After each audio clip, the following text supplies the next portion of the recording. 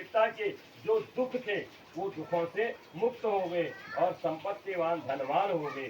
तब वह ब्राह्मण देवता अपने मन में विचार करने लगे कि मैंने केवल एक ही बार श्री सत्यनारायण भगवान जी का पूजन किया और उस एक बार की पूजा को करने से मुझे इतना बड़ा फल प्राप्त हुआ है, क्यों ना मैं हर महीने विधि विधान से श्री सत्यनारायण भगवान जी का पूजन करूं। तब वह ब्राह्मण देवता हर महीने विधि विधान से श्री सत्यनारायण भगवान जी का पूजन करने लगे।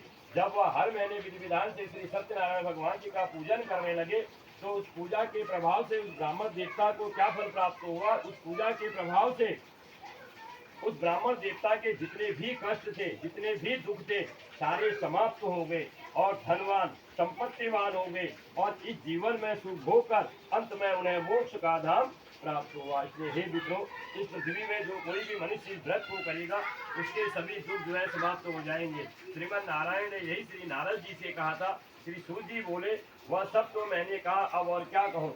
तब ऋषिगण बोले कि इस ब्राह्मण से सुनकर यह सत्य व्रत और किसने धारण किया है यह जानने की हमारी इच्छा है, क्योंकि इसमें हमारी श्रद्धा उत्पन्न हुई है। वेदव्यास जी फिर कहने लगे, हे ऋषियों, अन्य जिन लोगों ने यह व्रत किया है अब उनके बारे में मैं आपको बतलाता हूँ, आप लोग ध्यान से सुनिए। अब क्या हुआ, अभी तक यही ब्राह्मण देवता बहुत गरीब और दरिद्र भिक्षा मांगकर अपनी आजीविका चला रहे थे और अभी अभी यही ब्राह्मण देवता भगवान की कृपा से धन धान्य से परिपूर्ण हो चुके हैं। तो अब क्या किया, इन ब्राह्मण देवता ने अपने धन के सामर्थ्य के अनुसार एक दिन विधि विधान से श्री सत्यनारायण भगवान जी का पूजन करने के लिए तैयार हुए। इतने में क्या हुआ, एक लकड़हारा लकड़ी बेचने वाला वहां चला आया। गर्मी के दिन है, उसे प्यास लगी है। उस लकड़हारे ने सोचा क्यों ना मैं इस ब्राह्मण देवता के घर में जाऊं और पानी पीकर अपनी प्यास बुझाऊं। अब ये कोई निश्चित थोड़ी है कि लकड़हारा उसी ब्राह्मण के घर में जाए जहाँ भगवान का पूजन हो रहा है। घर तो अनेकों दिखाई दे रहे हैं, ये कोई निश्चित नहीं है।